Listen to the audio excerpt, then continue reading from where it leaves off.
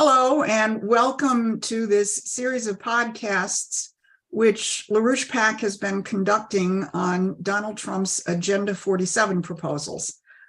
Today is June the 8th. I'm Susan Kokinda, and I'm joined by Brian Lance. Hi, Brian. Good to be back. We started these podcasts about 2 months ago because we realized that the body of proposals that Donald Trump is putting forward under the rubric of Agenda 47 were largely being ignored, were unknown among much of the MAGA base. And we recognized that what Trump was doing with these proposals was nothing short than a complete and total challenge to the globalist imperial elite, both economically and strategically. He talked about making the United States once again a manufacturing superpower, turning us into a producing nation again, making a quantum leap in the American standard of living. So we hope that our first series of podcasts have contributed to the dialogue and discussion on this, because they're not being ignored anymore.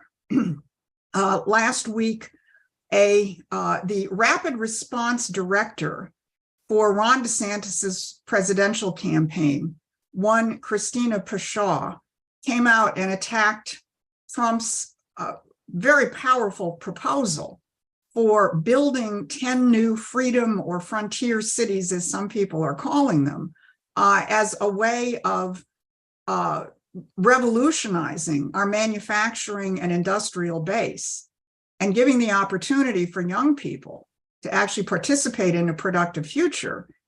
Christina Pashaw attacked that by simply lying about it and claiming that it was the same thing as the World Economic Forum's 15-minute cities, which it most assuredly is not. But in the process, she actually exposed herself as a very high-level intelligence operative who has had plenty of experience in her life in color revolutions in Georgia, in Ukraine, and elsewhere.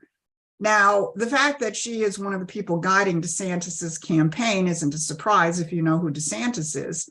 But I think it's important to reflect on the fact that what we're facing here in the United States is nothing less than a color revolution, with the removal of Donald Trump from office in 2020, but more significantly now, the unrelenting lawfare that's being waged against him to prevent him from returning to office in 2024. And of course, the pending indictment from Jack Smith, which is looming over the political situation right now, is just the next escalation in that, and a reflection of the fact that despite the fact that they would like to keep discussion of Agenda 47 at a minimum, it terrifies them deeply. And this week, the attack against Agenda 47 is coming from none other than our avatar president himself, Joe Biden. And that's what we're going to be looking at today.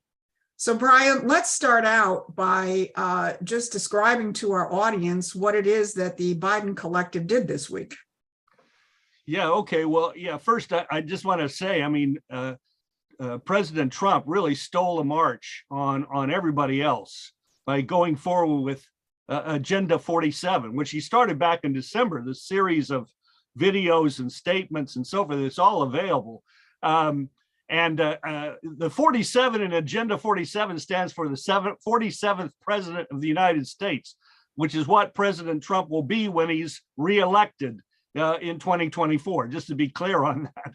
But the Biden crowd, the Biden Collective, I mean, who knows what Biden himself is, but they've launched a new website, invest.gov, and they're saying that they're investing in infrastructure and innovation, made in America, creating jobs, and all the rest. It sounds like a page out of, out of the Republican Party or something.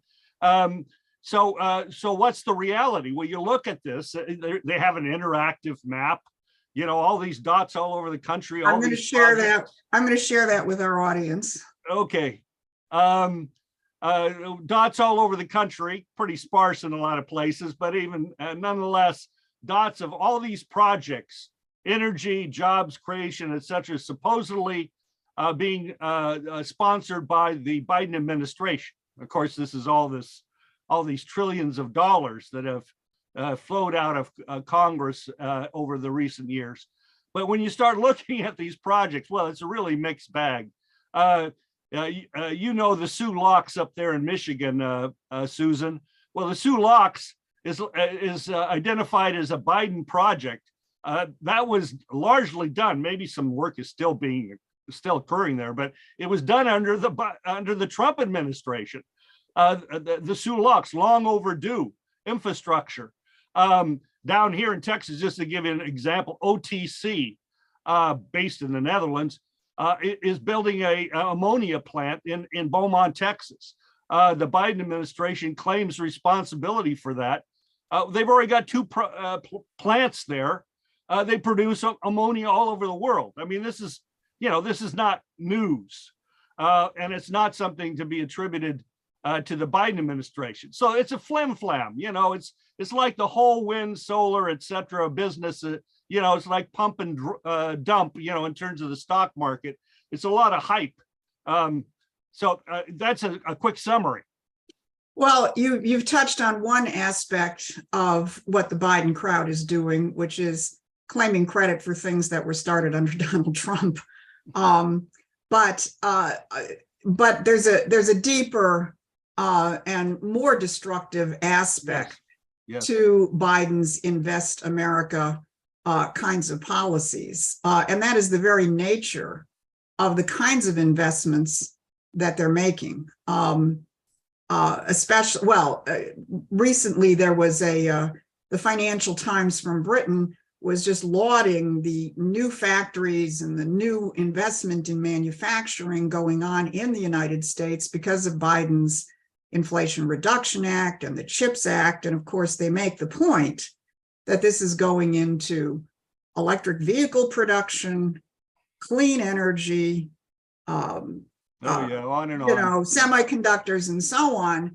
And what we understand, what you've developed and elaborated, and I want you to elaborate on it more right now, is that investment in many of these kinds of investments, especially the so-called green, actually ends up being a net loss to your economy.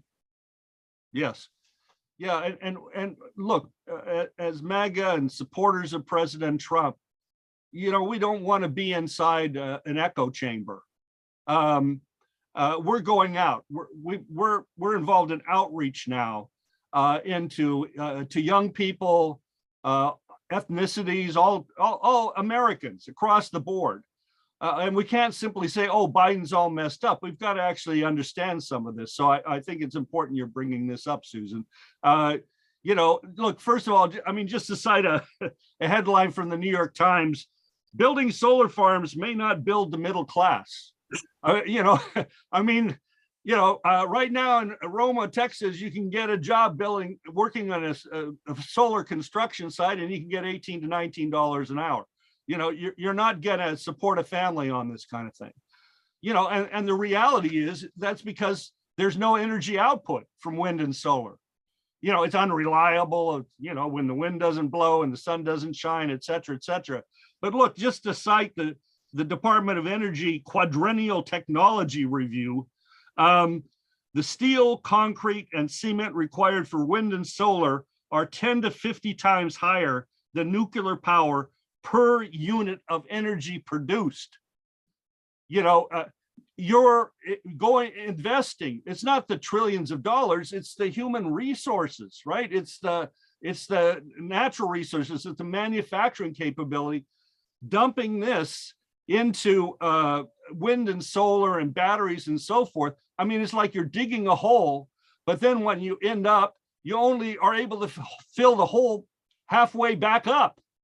It's negative, it's entropic, it's a collapse The net result is a collapse of the productive capabilities of the nation.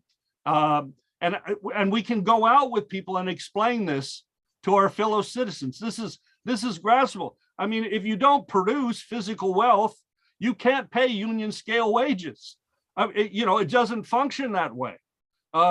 As even the New York Times admits on solar, and the wind is not any different. I mean, the costs per kilowatt hour, is through the roof, and it's not even reliable. And so you got to have a Rube Goldberg device to back it up, and batteries and whatnot and so on.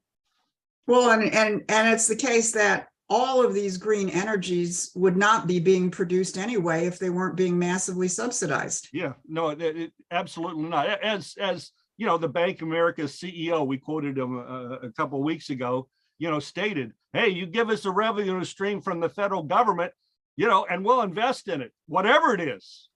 That's completely insane. We've got to be thoughtful. We can't afford to deindustrialize the country. And as the Biden collective is trying to say, oh, we're industrializing it. No, they're deindustrializing it. Well, I think it's a reflection of the fact that they're even saying that, that we have an industrial plan is a reflection of the fact that we at LaRouche PAC plus others, I think over the years have, and let's put it this way, backed up by reality, Yes. have begun to actually open up a dialogue, a discussion in a domain which didn't exist before. Because, and especially within the MAGA type movement in the United States, there's a growing grappling with the fact that the free markets don't work and that you actually do need a national industrial policy. I mean, there are a number of other organizations that are holding conferences on this. Yeah, go ahead. Oh, I was just going to say, it's an irony. Here for years, there's been all this shouting and jumping up and down and so forth and saying we can't have government involvement. And now we have the Biden administration promoting, this massive government subsidy of energy and everything else, right? And Wall Street's not objecting. There's not some loud hue and cry against all of this.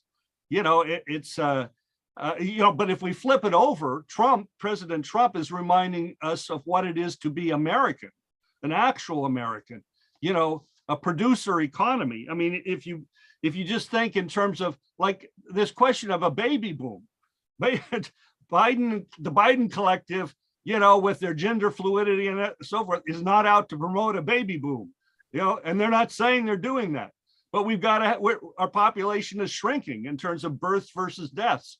But Trump is saying we're going to build beautiful new cities and we're going to have baby bonuses and we're going to do what it takes to grow the country again, including beautiful homes, affordable homes for young families. This is all part of Agenda 47. He's spelling this out. You compare that to the Biden collective. He's saying, oh, we're going to do away with zoning.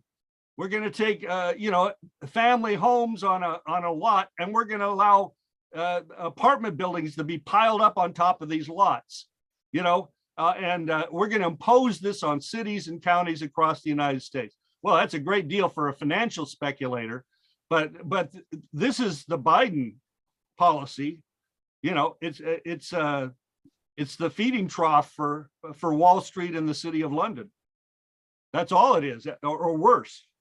Well, yeah, worse, because it also, as many people understand, it reflects a view of society. It's now well known in terms of the World Economic Forum Schwab phrase, you will own nothing and you will be happy, right? Yeah. This is the idea of essentially moving people back to some kind of feudal lifestyle where they have little energy, no mobility, are completely under the control of the controllers. And these are the so-called 15-minute cities of the World Economic Forum, which makes it even more absurd that Christina Pashaw, the DeSantis operative, would accuse Donald Trump's policies, just in a complete, outright, blatant lie of being the same thing as 15-minute cities. We do have a post on our website going after Ms. Pishaw and her intelligence background, but I also wanted to just briefly share a quick graphic that we've made comparing Trump's policies for freedom cities No, that's good. with the World Economic Forum 15-minute cities. And when you're looking at the WEF, you're talking about everything that Biden is trying to do in terms of his so-called investment.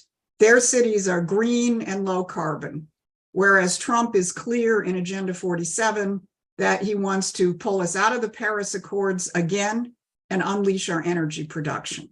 Of course, under the World Economic Forum, you won't own anything and you're supposed to be happy.